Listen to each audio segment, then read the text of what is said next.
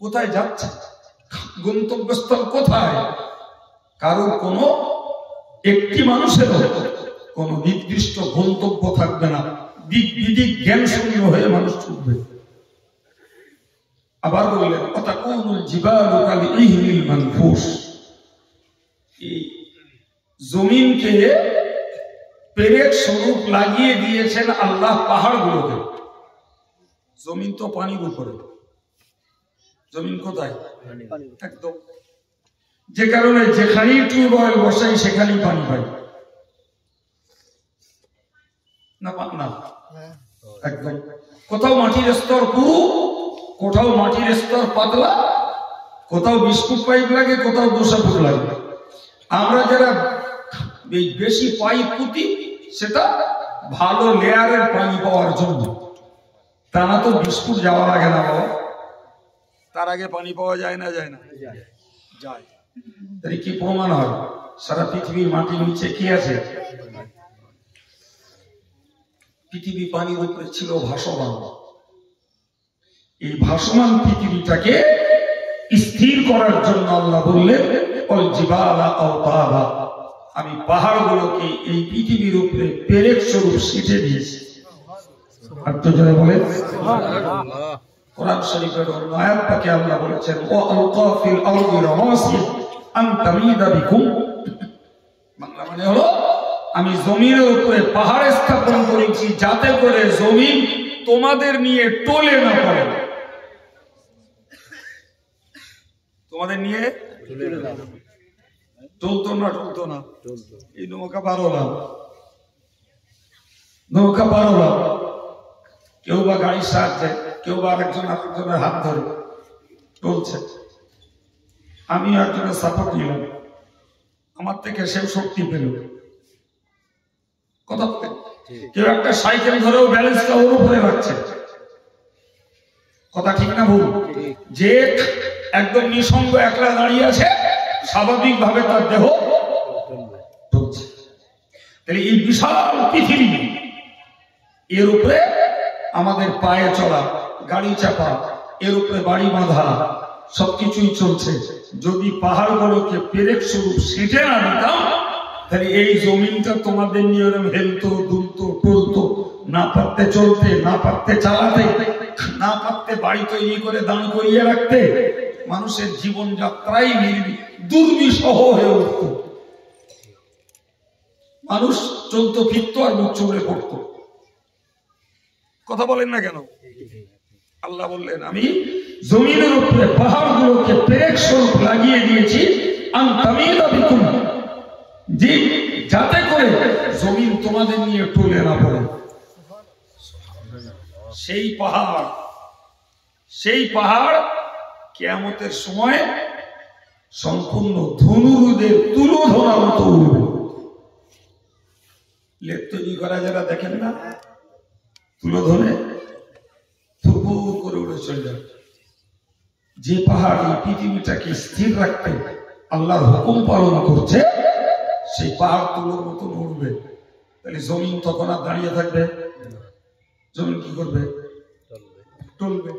বাহ, ভালোই বুঝে গেছে। তো হযরত জিবরিল আমিনের প্রশ্ন হলো যে কিয়ামত হবে, এটা জানি যে কিয়ামতের চিত্র হবে, মানুষ প্রজাপতির মতো বিক্ষিপ্ত ঘুরবে, পাহাড়গুলো উঠবে, আসমান ফেটে চৌচির হয়ে যাবে। জি, সবকিছু জানি, কিন্তু আমি জিজ্ঞাসা করছি আপনাকে, একটু বলুন এই কিয়ামত হবে কবে? কথা বোঝাতে পারলাম? হবে কবে ওইটা বলুন। জি, রাসূল করিম সাল্লাল্লাহু আলাইহি ওয়াসাল্লাম তার সুন্দর জবাব দিলেন, বাল মাসউলু আনহা বিআলামা মিনাস সাইল। কি বললেন? যে আপনি আমাকে প্রশ্ন করছেন, আর আমি হলাম জিজ্ঞাসিত ব্যক্তি, আর আপনি প্রশ্নকারী। তো আমি এই জিজ্ঞাসিত ব্যক্তি, আপনি প্রশ্নকারী, তো আপনার থেকে ওই ব্যাপারে আমি বেশি জানি না। কথা ক্লিয়ার হয়েছে? কে বললেন? খোদ রাসূল বলছেন আমি আপনার থেকে ওই ব্যাপারে বেশি জানি না, আমার জানা নেই। হ্যাঁ বাবা, যে লোকটাকে অ্যাড্রেস করে সম্বোধন করে নবী বলছেন আপনার থেকে আমি বেশি জানি না, তাহলে ওই লোকটাকে বোঝা যাচ্ছে ওই লোকটা পৃথিবীর কোন উম্মতের মধ্যকার কেউ নয়। ঠিক না ভুল? না হলে উম্মত জানবেন রাসূল জানবেন না, এটা হয় না। তিনি পরিষ্কার বললেন যে আপনি জিজ্ঞাসাকারী ব্যক্তি আর আমি জিজ্ঞাসিত ব্যক্তি, তো আপনার তুলনায় এই প্রশ্নের উত্তর আমার বেশি জানা নেই। জি, প্রসঙ্গ ক্রমে একটা আয়াত বুঝুন। কোরআন শরীফে আল্লাহ বলেছেন ইন্নাল্লাহা ইনদাহু ইলমুস সাআ, কিয়ামত কবে হবে ও জ্ঞানটা আল্লাহর জ্ঞান। কার জ্ঞান? আল্লাহ। হারিস ইবনে আমর নামীয় একজন ব্যক্তি, লোকটা দুষ্টু প্রকৃতির। হারিস ইবনে আমর, এই লোকটা নবীর কাছে এসে বলল, মুহাম্মদ তুমি তো এই বারবার বলছো কিয়ামত হবে, কিয়ামত হবে, কিয়ামত হবে, কবে হবে? একটা প্রশ্ন। দ্বিতীয় প্রশ্ন হলো যে আমি চাষ করেছি, বৃষ্টি কবে হবে? তৃতীয় প্রশ্ন হলো আমার স্ত্রীর গর্ভে বাচ্চা আছে, স্ত্রীর গর্ভে বাচ্চা আছে, ওই বাচ্চাটা ছেলে বাচ্চা না মেয়ে বাচ্চা? তিন নম্বর প্রশ্ন হলো যে আমি আগামীকাল কি করব, কি খাবো? শেষ প্রশ্ন হলো আমি জন্ম নিয়েছি ফরিদকাঠি, মরবো কোথায়? আমি জন্ম নিয়েছি মক্কার অমুক গোত্রে, আমার মরণ কোথায়? কড়া প্রশ্ন, পাঁচটা না? আরেকবার বললে সহজ হয়ে যাবে। এক নম্বর কিয়ামত কবে হবে, দু নম্বর বৃষ্টি কবে হবে, তিন নম্বর আমার স্ত্রীর পেটে কি বাচ্চা, চার নম্বর আমি কাল কি খাবো, কাল কি করবো, পাঁচ নম্বর আমার জন্ম এখানে, মরণ কোথায়? কথা ক্লিয়ার হয়েছে? ঠিক এরই পরিপ্রেক্ষিতে আল্লাহ পাক এই আয়াতটা নাযিল করলেন এবং টু দি পয়েন্ট পাঁচটা প্রশ্ন নিয়ে উত্তর আল্লাহ দিয়ে দিলেন। সুবহানাল্লাহ। তার এক নম্বরটা বললাম। এক নম্বর হলো যে কিয়ামত কবে হবে এটি আল্লাহ ছাড়া কেউ জানে না, ও দিনক্ষণ ও নির্ঘণ্ট আল্লাহর কাছে। নাম্বার টু, বৃষ্টি কবে পড়বে আসমান থেকে ওটি আল্লাহ ছাড়া কেউ জানেন না। এক ফোঁটা বৃষ্টি সারা পৃথিবীর সর্বশক্তি নিয়োগ করেও মানুষের পক্ষে আসমান থেকে নিক্ষেপ করা সম্ভব নয়। বৃষ্টি কবে হবে কে জানে? আল্লাহ। তিন নম্বর হলো তোমার স্ত্রীর পেটে কি বাচ্চা আছে ওটা আল্লাহ ছাড়া কেউ জানেন না। আপনি বলবেন হুজুর আজকের যুগে তো বিজ্ঞানের আবিষ্কারে ভ্রূণ নির্ণয় হচ্ছে। ভ্রূণ নির্ণয়, মার পেটে ছেলে আছে না মেয়ে আছে, বিজ্ঞানরা এত উন্নতি লাভ করেছে সেটা এক্সরে করে বলে দিচ্ছে। দিচ্ছে না দেয় না? দিন কত এই প্রক্রিয়া কাজে লাগিয়ে চরম অশান্তি তৈরি হয়েছে, যার জন্য ফাঁকার পর বন্ধ করে দিয়েছে। এখন আর বলব না, এখন আর বলে দেয় না, টেস্ট করাই নিষেধ হয়ে গেছে। বুঝতে পারেননি? যার দরকার ছেলে সে রিপোর্ট করে দেখলো তার স্ত্রীর গর্ভে মেয়ে, বাস শুরু হয়ে গেল বউটার প্রতি অত্যাচার। বোঝায়নি কথা? যার দরকার ছেলে, মেয়ের তার স্ত্রীর গর্ভে ছেলে, রিপোর্টে ধরা পড়ে গেল, উতি শুরু হলো সংসারটার ভাঙনি। এই কথা বুঝে আসছে? এই সমস্ত কারণে ডাক্তারবাবুরা সরকারি ভাবে ওই টেস্ট নিশ্চিত করা হয়েছে। এখন চুপি সারে ঘুপি ঘাড়ে গোপনে কেউ করে নেয় কিনা সেটা ভিন্ন জিনিস। এখন বক্তব্য হলো যে আল্লাহ যে বললেন আল্লাহ যে বললেন যে মায়ের পেটে কি বাচ্চা আছে ওটা আল্লাহ ছাড়া কেউ জানে না। কিন্তু বিজ্ঞানের উৎকর্ষের যুগে আমরা দেখছি ওটা তো মানুষই জানতে পারছে। এর জবাব কি, এর উত্তর কি? সম্মানিত ভাই আমার, মুরব্বীরা, প্রিয় ছেলেরা, মনে রাখুন, এর উত্তর হলো যে এই ডাক্তার বাবুরা যেটা টেস্ট করে বলছে ওটা 4 মাসের পর, 4 মাসের আগে আজও পর্যন্ত সারা পৃথিবীতে কোনো ডাক্তার জন্মায়নি যে ওই মূল ভ্রূণটাতে কি আছে ওইটা বলে দেবে। এরা যেটা টেস্ট করে রিপোর্ট দিচ্ছে ওটা 4 মাসের পর, 120 দিন পর। কিন্তু বলেন না 120 দিন পরে ছেলে হবে না মেয়ে হবে, এটা ডাক্তার বাবুরা চেক আপ করে বলতে পারে। ফর এক্সাম্পল, কিন্তু 120 দিনের আগেও বলতে পারে কে? এই জন্য আল্লাহর কোরআন বলেছে যে মায়ের গর্ভে কি বাচ্চা আছে ওটা আল্লাহ জানে। 4 নম্বরে বললেন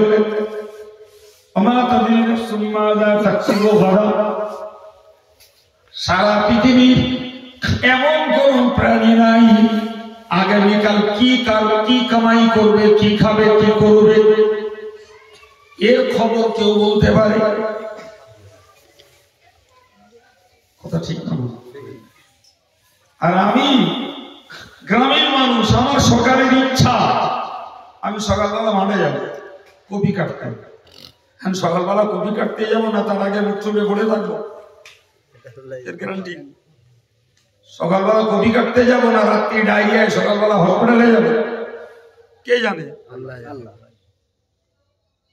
5 নম্বর, জন্ম আমার বইকালায়, আপনার জন্ম ফরিদকাটি, নাগরপুর, পুরো ইত্যাদি ইত্যাদি, কিন্তু মরণ কোথায়?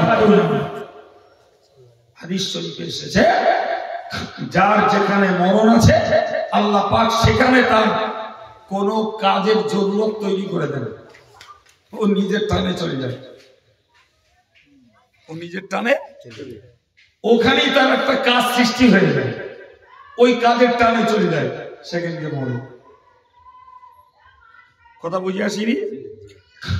যার মরণ আছে হজের পথে, ওই বছর হজে যাবে না, ও নিয়ে 26 সালে হজে যাবে, 25 সালে যাবে, জি, কিন্তু এদিক সেদিক করে সেই 25 সালে হজে টাকা জমা দিল, টিকিট পেল, হজে গিয়ে মরে গেল। তার মানে কি তোর মরণ রে বাবা মক্কায় এই বছরে, তুই যাবি না বললি হবে? জি, আমাদের বৈষয়িক মেয়েরা বলতো, আমি আমার নিজের দাদিমার কাছে শুনেছি, ঠিক এরা বলতো যার যেখানে মরণ হয় লাভ হারা করে সেখানে যায়। আমি আমার দাদির কাছে শুনিস ছেলে ভাই, আমি বলতো আবু লাখ গু বলতুম দাদি কি বলি, আবু লাখ রে তো ওই নৌকা। কথা বুঝতে পারেননি? যার যেখানে মরণ আছে সে নৌকা ভাড়া করে সেখানে চলে যায়, তার পয়সা। জি, একটা বর্ণনায় রয়েছে, বর্ণনাটা যদিও সূত্রটা খুব মজবুত নয়, তবুও আমি আমার প্রসঙ্গক্রমে কথাটাকে বলছি। একটা বর্ণনায় রয়েছে হযরত নবী সুলাইমান আলাইহিস সালামের দরবারে একজন লোক ঘুরছিল, সে ওখানকার লোক। তো সুলাইমান আলাইহিস সালামের দরবারে সেই লোকটা নবী সুলাইমানের কাছে বলছে, বাদশা মামলার আপনার এই মজলিসে একটা লোক ঘুরছে, তার দেখে আমার খুব ভয় লাগছে, তার দেখে ভয় লাগছে, তা আপনি একটু বাতাসকে বলুন না আমাকে একটু অমুক জায়গায় দিয়ে আসুন, আমি এখানে থাকবো, আমার খুব ভয় করছে। তারপর সুলাইমান আলাইহিস সালাম বাতাসকে হুকুম করলে বাতাস তাকে উড়িয়ে নিয়ে সেখানে দিয়ে এলো। খানিক বাদে আজরাইল আলাইহিস সালাম নবী সুলাইমানের সঙ্গে দেখা করলেন। বলে কি ব্যাপার? বলে ওই লোকটার মরণ লিখেছে আল্লাহ ওইখানে, তাকে দেখছি এখানটায়। আমি একটু চোখ দেখালাম, ও আপনারে বললো, আপনি তারে বাতাসকে হুকুম করলেন, ওখানে পাঠিয়ে দিল, আমি তার রূহটা কবজা করে নিয়ে চলে এলাম। বোঝায় কি কথা? জি, তার মানে কি যার যেখানে মরণ হয় সে যে কোনো ছলনায় আর যে কোনো ওসিলায় সেখানে পৌঁছে যায়। ফলে জন্ম আমি ফরিদকাঠি নিয়েছি বলে পরীক্ষাটিতেই আমার মরণ হবে না বাবা, গ্যারান্টি নেই। আয়াত পাকের ভিতরে 5টা কথা হুবহু জবাব দিলেন। ওই হারিস ইবনে আমর নামীয় লোকটা প্রশ্নের উত্তর যে নবীকে বিপর্যস্ত করার জন্য প্রশ্ন করেছিল কিয়ামত কবে হবে, নবী বললেন আল্লাহ জানে। বৃষ্টি কবে হবে, আয়াত দিয়ে বুঝিয়ে দিলেন আল্লাহ জানে। আমার স্ত্রীর পেটে কি বাচ্চা আছে, নবী বললেন আল্লাহ জানে। আমি কাল কি কামাই করব, নবী বললেন আল্লাহ জানে। আমার মরণ কোথায় হবে, নবী বললেন আল্লাহ জানে। কথা বোঝা গেল? জি প্রিয় ভাইরা আমার, জিবরিল আমিনের প্রশ্ন ছিল রাসূলের কাছে কিয়ামত কবে, কিয়ামত কবে? সম্মানিত ভাইরা আমার, রাসূলুল্লাহ বললেন ওই ব্যাপারে আপনার থেকে আমি বেশি জানি না। কিন্তু এই আয়াত থেকে প্রমাণ হচ্ছে নবী কেমনে জানবেন, ওটা তো আল্লাহর ইলম। আল্লাহ নবীকে জানালে জানতেন, আল্লাহ নবীকে জানাননি, নবী জানেও না, নবী নিজেও একদম না। কোরআন শরীফে আল্লাহ বলেছেন ইন্নাস সাআতা আতিয়াতুন লা রাইবা ফিহা, নিশ্চিত পৃথিবী ধ্বংস, নিশ্চিত কিয়ামত সংঘটিত হবে, মহাপ্রলয় আসবে পৃথিবীতে। আজকে নাসার বিজ্ঞানীরাও বলছে, আমেরিকার নাসার বিজ্ঞানীরাও বলছে যে দুনিয়া ধ্বংস হবে। এরা বলছে, এরা আবিষ্কার করে রেখেছে সাগরের নিচে আগুনের পাহাড় আছে। কি বুঝছেন? এরা হাজার হাজার মিটার প্লাস্টিক সাগরের নিচে দিয়ে রেখেছে, একটা স্তর পর্যন্ত যায়, পরে যত চলে যায় সব গলে যায়, যত চলে যায় তত গলে যায়। সুবহানাল্লাহ বলে, সুবহানাল্লাহ কোরআনে বলেছেন ওয়াল বাহরিল মাসজুর, আমি সাগরগুলোকে তৈরি করে রেখেছি, কিয়ামতে ইসরাফিলের সিংহা ফুৎকার দিলে ওই সাগরগুলোতে অগ্নি প্রজ্বলিত হবে। তোরা তা বুঝলি আজকে 25 শতাব্দীতে এসে, 2025 সালে এসে বুঝলি, কি 24 সালে বুঝলি, কি 23 সালে বুঝলি যে সাগরের নিচে কি আছে, আগুন আছে। আর আমার আল্লাহ আমার নবীকে দিয়ে কোরআন পাঠিয়ে 1400 বছর আগে বলে দিয়েছেন পানির নিচে আগুন রয়েছে। কি বুঝলেন? সম্মানিত ভাই আমার, আমি আপনাকে যেটা বোঝাচ্ছিলাম যে জিবরাইলের 4 নম্বরের প্রশ্ন ছিল কিয়ামত কবে হবে। আরেকবার মনে করিয়ে দিচ্ছি, 1 নম্বর প্রশ্ন ছিল ঈমান কাকে বলে, 2 নম্বর প্রশ্ন ছিল ইসলাম কাকে বলে, 3 নম্বর প্রশ্ন ছিল ইহসান কি জিনিস, 4 নম্বর প্রশ্ন হলো কিয়ামত কবে হবে। কথা বুঝে আসছে বাবুজি? 5ম নম্বর প্রশ্ন হলো আখবিরনি আন আমারাতিহা, আমাকে বলুন কিয়ামত কবে হবে, আপনি যখন জানেন না তো কিয়ামতের পূর্বের কিছু লক্ষণ বলুন। কেন করছেন? উপস্থিত সাহাবায়ে কেরামদেরকে শিখিয়ে দেওয়ার জন্য, আর সেই সাহাবাদের মাধ্যমে আপনি কিয়ামত সেদিনের শিক্ষা চলতে থাকবে। সুবহানাল্লাহ। আলেমরা পড়ে শিখবে, শ্রোতারা শুনে শিখবে, তাই শিখছি তো নাকি? হ্যাঁ, আনা আমারাত আখবিরনি আনা আমারাতিহা, আপনি বলুন কিয়ামতের পূর্বের নিদর্শন কি, লক্ষণ কি। সম্মানিত ভাইরা আমার, এই হাদিসে যেটা বলা আছে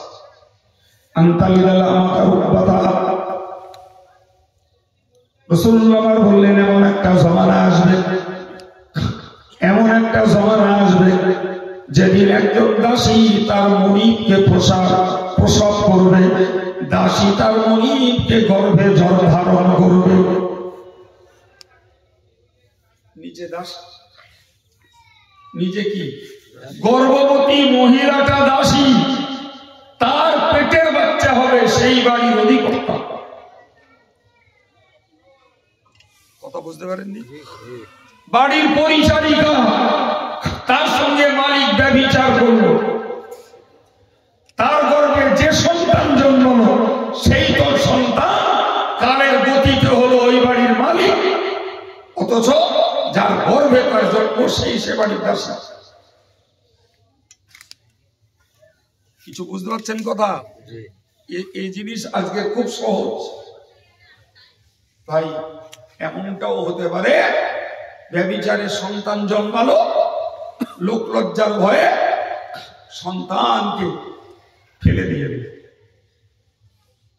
কেউ তাকে কুড়িয়ে নিয়ে প্রতিপালন করলো। কালের চাকা ঘুরতে ঘুরতে সেই সন্তান বিরাট অ্যাসেটের মালিক হলো। তার বাড়ির ঝি প্রয়োজন, যার গর্ভে তার জন্ম, সেই তার বাড়ির ঝি। কথা বুঝে আসছে কি?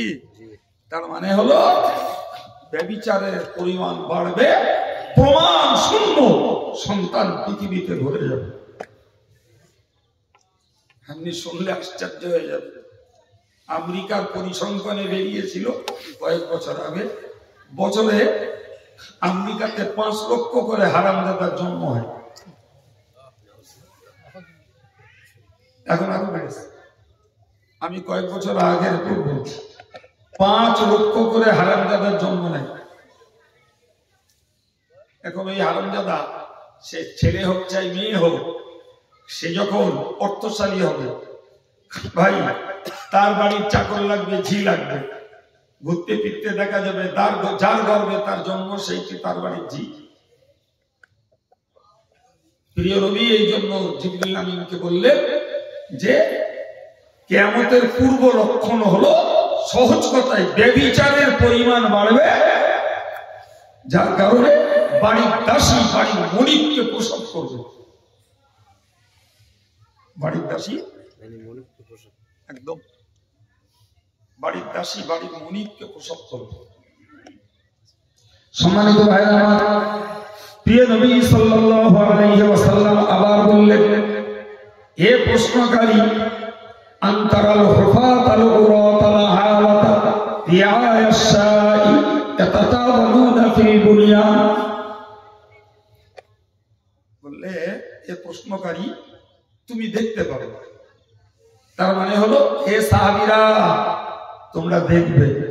তার মানে হলো হে পৃথিবীর কিয়ামত পর্যন্ত মানুষেরা, তোমরা দেখতে পাবে। সুবহানাল্লাহ, এটা হাদিসের মানে। সাহাবীরা দেখবে। সাহাবীদের পরম্পরায় আজকের আমরা শুনছি, মানে আমরাও দেখতে পাবো। আমার নেক্সট জেনারেশন তারাও দেখতে পাবে।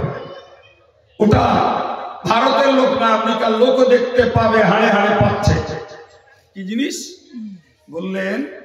এ আগন্তুক কিয়ামতের পূর্বের লক্ষণ হলো, তুমি দেখতে পাবে খালি গা, খালি পা, জি, আর কি ছাগল চড়ানো রাখা, ভিখারি, দেউলিয়া, এদেরকে দেখবে। ইয়াতাতাওয়ালুনা ফিল বুনিয়ান, বড় বড় বিল্ডিং হাঁকড়িয়ে অহংকার করবে। একটু ভেবে বলবেন, একটা সময় যাদের গায়ে জামা যুক্ত না, আমি আমার নিজের চোখে দেখেছি, তারা গামছা গায়ে দিয়ে হাঁটে যেত, আসতো, জামা একটা রয়েছে, গায়ে দিলে ময়লা হয়ে যাবে, ছিঁড়ে যাবে, তাদের পায়ে জুতো নেই, অন্যের দুয়ারে ভিক্ষাগিরি করে, অন্যের কাজ করে, পান্তার আমানি নিয়ে তাদের জীবন চলত। জি, আমি এমন লোককে জানি যে রীতিমতো অরিজিনালি ছাগল চড়াতো। তারা এখন যা বিরাট বিরাট বিল্ডিং হাঁটিয়েছে, তারা যখন অর্থশালী, তারা যখন বাবুগিরি করছে, ভাই বিশ্বাস করুন, তাদের সামনে মুখ লাগাতে নিজেদের লজ্জা লাগে। আপনি এই যে আমূল পরিবর্তন কোথায় দেখবেন? সারা পৃথিবী জুড়ে যে কান্ট্রিতে, যে স্টেটে, যে প্রভিন্সে যাবেন, সেখানেই দেখবেন মানুষের জীবনের এই আমূল পরিবর্তন। আপনি কি মনে করছেন নদীর এপার বলে দেখা যাবে না? খোঁজ নেন, খোঁজ নেন।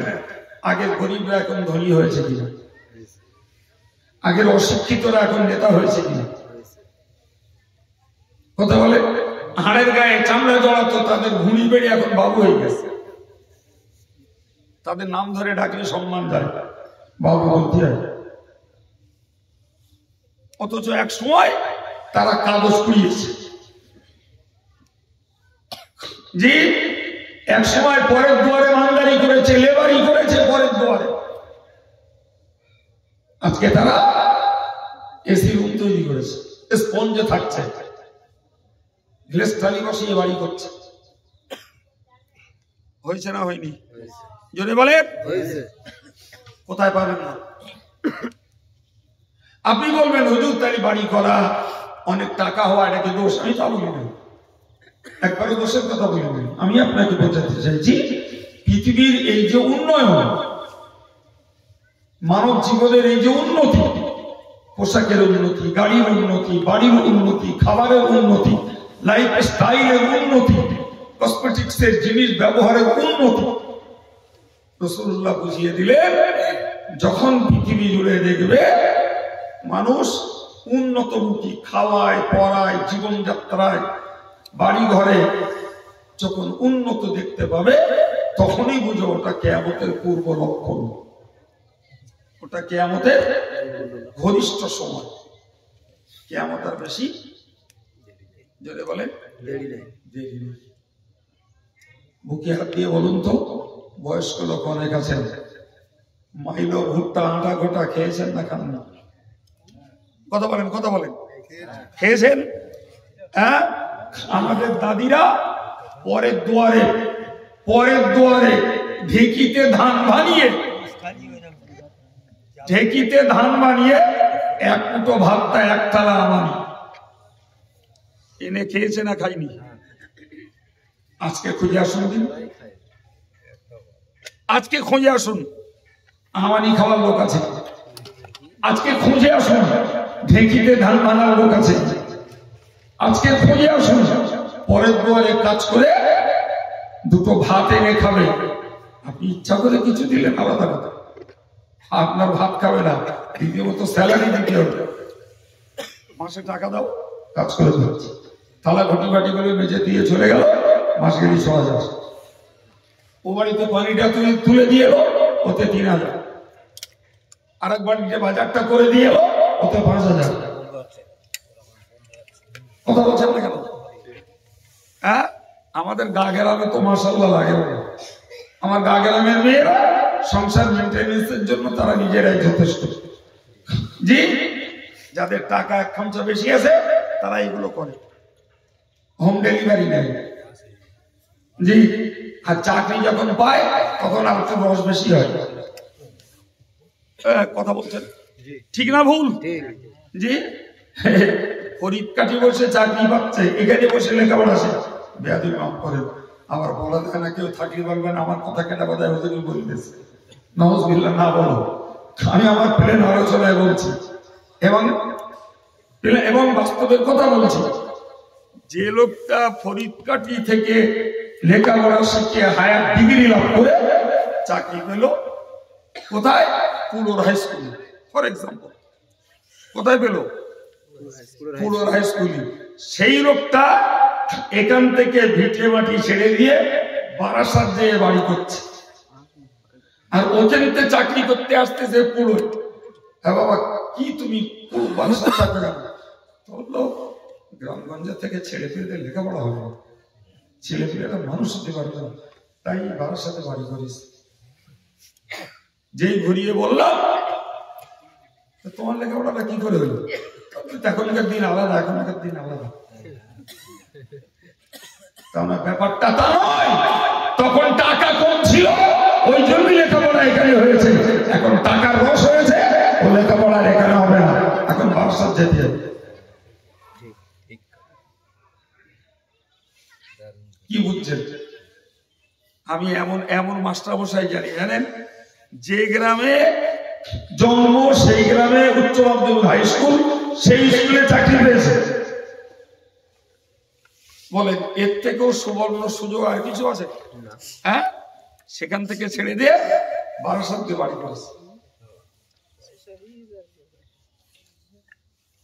আমি গেছি সেখানে বারাসাতে, আমারে বলছে এটা সব মাস্টার পড়া। আমি বাহ, মাঠ পড়া হয়, নতুন পড়া হয়, তোমাকে মাস্টার পড়া হয়েছে। খোঁজলে দেখলাম সব আমাদের এই হামসায়ের লোকজন, সব হামসায়ের লোকজন। জি, টাকার জোরে ওকে নিয়ে বাড়ি করে গোটা এলাকাটা তারা দখল করেছে। কারু বাড়ি বাজলে, কারু বাড়ি কাটিয়াট, কারু বাড়ি বসিরহাট, কারু বাড়ি গোবরডাঙ্গায়, এইসব লোকজন। প্রিয় ভাইরা আমার, সব কিয়ামতের পূর্ব লক্ষ্য। আমি আবার বলছি, ওইগুলো দোষ বলছি না, কিন্তু উন্নতি হতে হতে হতে হতে এমন জায়গায় পৌঁছে গেছে আজকে যাদের গায়ে জামা জুটতো না, পায়ে জুতো জুটতো না, যারা দেউলিয়া হয়ে ঘুরতো, যারা ছাগল চড়াতো, পরের মন্ত্রী করতো, আজকে তারা বিশাল বিশাল গাড়ি বাড়ি বিল্ডিং বাড়াখানা তৈরি করে অহংকারে পায়ের উপরে পা তুলে দিয়ে জীবন কাটাচ্ছে। কথা বলেন ঠিক না ভুল? জি, ওই উন্নতিটা দোষ বলছি না, তবে উন্নতিটাই হলো দুনিয়া ধ্বংসের পূর্ব লক্ষণ। আল্লাহ পাক নবী বলেছেন বাদিরু বিল আমালি ফিতানা, হুজুর বলেছেন ও সাহাবীরা তোমরা ফিতনার জামানাতে দ্রুত দ্রুত নেকির কাজগুলো করো। ফিতনার জামানা, এটা কিয়ামতের পূর্ব লক্ষণ। ফিতনার ছড়াছড়ি ভাই, ফিতনার ছড়াছড়ি, রাজনৈতিক ফিতনা, ধর্মনৈতিক ফিতনা, ব্যবসা ভিত্তিক ফিতনা, জি, শিক্ষামূলক ফিতনা সারা দেশ জুড়ে চলছে। যেদিকে যাবে সমস্যা সমস্যা সমস্যা সমাধানের জন্য এক এক রকমের কল্পনা নেওয়া হয়। যত সমস্যা সমাধানের কল্পনা করে তত সমস্যা বাড়ে। এই হ্যাঁ না বলেন? জি, সারা দেশ জুড়ে চলছে রাজনৈতিক, অর্থনৈতিক, ব্যবসা ভিত্তিক, সমাজ ভিত্তিক ফিতনা ছড়াছড়ি। দুনিয়ার অন্য কেউ এ জ্ঞান দেবে না, কিন্তু ইমানদার মুসলমান ভাইদের, মায়েদের, মেয়েদের, প্রিয় যুবকদের এ জ্ঞান নিতে হবে যে ফিতনার জামানাতে যত দ্রুত পারা যায় নেকির কাজগুলো করে ফেলতে হবে। নেকির কাজের জন্য ডিটেল করা যাবে না, ওয়েট করা যাবে না। নেকির কাজের জন্য প্রতিশ্রুতি দেওয়া যাবে না। নামাজ পড়বার ইচ্ছা, পড়া শুরু করো। দান করতে ইচ্ছা হচ্ছে, কাছে টাকা আছে, দান করে দেবে। রোজা রাখবে বলছো, আর টলিও না, সামনে রমজান আসছে, রোজা রাখা শুরু করে দেবে। দাড়ি রাখবে বলছো, আজকে মন হয়েছে, দেরি করো, দাড়িটা ছেড়ে যাবে।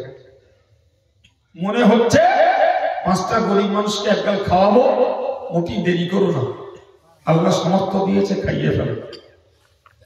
জি, রাসূলুল্লাহর বক্তব্য হলো যে তোমরা নেকির কাজগুলো জলদি করো, শুরু করে ব্যস্ত হও। নামাজের নিয়ত বেঁধে টপটপ মেরো, ওটা বড় দোষ। কিন্তু নামাজ না স্টার্ট করতে দেরি করো, শুরুটা তাড়াতাড়ি করো, শুরু করে তাড়াতাড়ি করো। বাংলা বোঝাতে পারলাম? শুরুটা তাড়াতাড়ি করো। ফিতনার জন্য আজকে মন চাইছে কিছু নেকির কাজ করতে, আজকে মন চাইছে একটু জিকির করতে, আজকে মন চাইছে একটু তাসবিহ পড়তে, আজকে মন চাইছে একটু তওবা ইস্তেগফার করতে, আজকে মন চাইছে দুটো দান ধান করতে। দেরি করো না বাবা, মন চাইছে শুরু করে ফেলো। কারণ তুমি যখনই দেরি করবে তোমার মনের পরিবর্তন ঘটতে পারে। পারে না? পারে না বাবা? একদম মনের পরিবর্তন ঘটতে পারে, পরিবেশের পরিবর্তন ঘটতে পারে। যে সময়ের ব্যবধানে অনেক কিছুই ওদল বদল হয়ে যেতে পারে। অতএব তোমরা ফিতনার যুগ কিয়ামতের কাছাকাছি যুগ, ওই যুগে যে যত বেশি পারো দ্রুত নেকির কাজটা করে ফেলবে, একদম দেরি করো। মনে মনে করছো তওবা করবে না, বাবা দেরি করবে।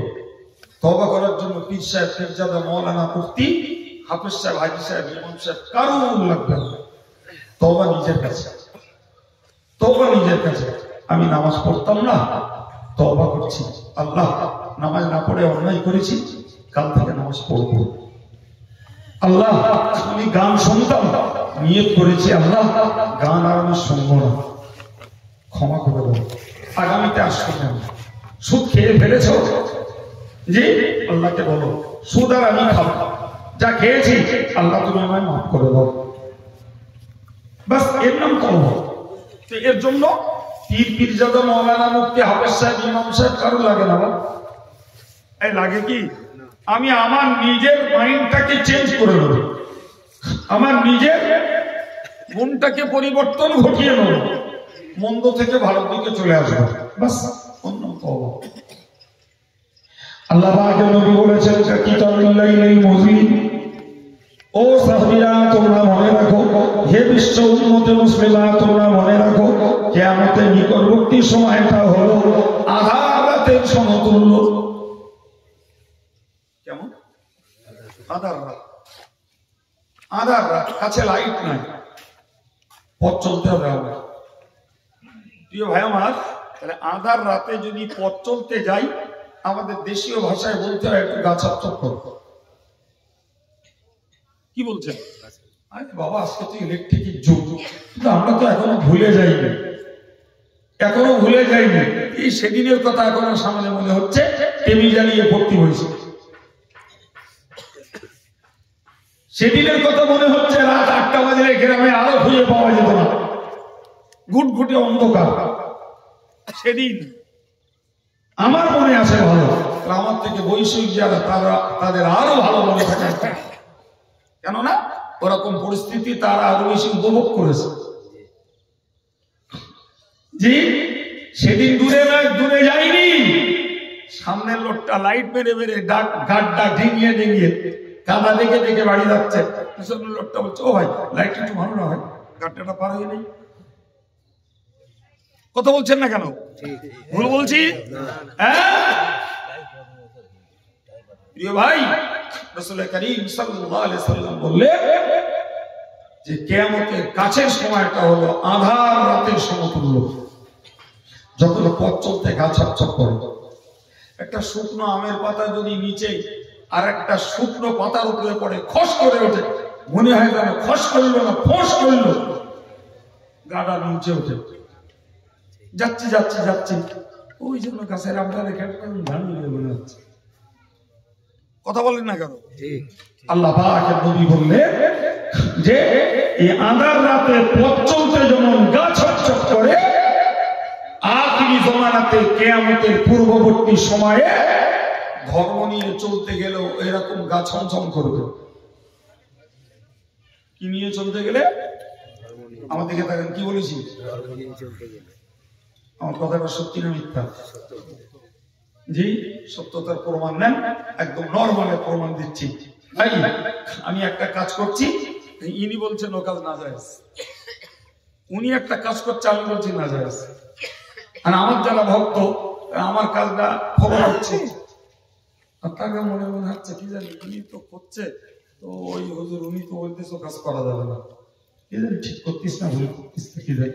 আবার ওনার যারা ভক্ত তারা চিন্তা করতেছে আমরা হুজুর তো করতেছে আমরা করছি, কিন্তু কি জানি অন্যায় করছি না সওয়াবের কাজ করছি। বোঝা যাচ্ছে না কথা? জি আমরা আকিরের নামাজ পড়ছি, আরেকজন বলছে বেদাত, ও করা যাবে। আমরা ক্যাম্প পড়ছি, আরেকজন বলছে করতে নিকেশে। আমরা আজানের হাত তুলছি, বলছে ও বেদাত। আরেকজন বাপ মরে গেছে খানা সাজি দিচ্ছে, আরেকজন বলছে খানা সাজি দিলাম, কি ওতে কোনো স্বভাব নেই। কি বলছেন? এগুলো কারোর কাছে অজানা আছে? একদম অ্যাভেলেবেল, একজন অ্যাভেলেবেল। জি এটাই হলো ধর্মীয় ফিতনা। জি দাড়ি রেখে টুপি পরে 1-2-4 বার হজ করে কাওয়ালি করছে, আর আরেকজনের মনে হচ্ছে ও এত বড় হাসছে, 5-7 বার হজে গেল, ও কাওয়ালি করছে, ওটা না জায়েজ হয়? ও নিশ্চয় জায়েজ। ইয়াকুবের কাছে ফতোয়া দিলে ইয়াকুব বলল কাওয়ালি না জায়েজ, লেটা বেঁধে গেল। ও আচ্ছা 5 বার হজ করেছে, ও বুঝিনি, তুমি একটা বুঝো? বলেন না। হ্যাঁ, আমার স্টেজে একটা বড় এলসিডি লাগিয়ে দিল, ওই মেয়ের ওখানে বসে দেখবে। আমি বললাম আমি ওকে হজ করবো না। খোলা চোখে যা দেখা যায়, পর্দায় তা দেখা যায়। খোলা চোখে আমি পরের বউ, পরের মেয়ে দেখবো, এও যায় না, আর তারা আমারে দেখবে, এটাও যায় না। অত পর্দায় ওটা যায় না। আর একজন হুজুর এসে দিব্যু বললো এলসিডি চালিয়ে দাও, অসুবিধা নেই। কথা বলেন। আমি আমার বক্তব্যে পরিষ্কার বুঝিয়ে দিলাম, শিল্পী দিয়ে গজল দেওয়া মানে একদম নতুন করে এক বেদাতি খেতেন। এদারে ছেলে এদারে মেয়ে, দুজন ডুয়েট কণ্ঠে গজল গাইছে, পাড়ার যুবক আর যুবতীরা সব পর্দা ফাঁক করে দিয়ে সামনে এসে হাজির। আমি উঠে বললাম ওটা না জায়েজ। সে আমার নামে গাল দিল। এদিকে তাদের একদল আনছে, তারাও জামা দাড়ি টুপি সব আছে। কেউ বলছে আমি হাফিজ সাহেব, কেউ বলছে মৌলানা সাহেব। জি, গজল গাইছে, তাতে দোষ কি? এতেও তো হেদায়েত আছে। কোনটা নেব?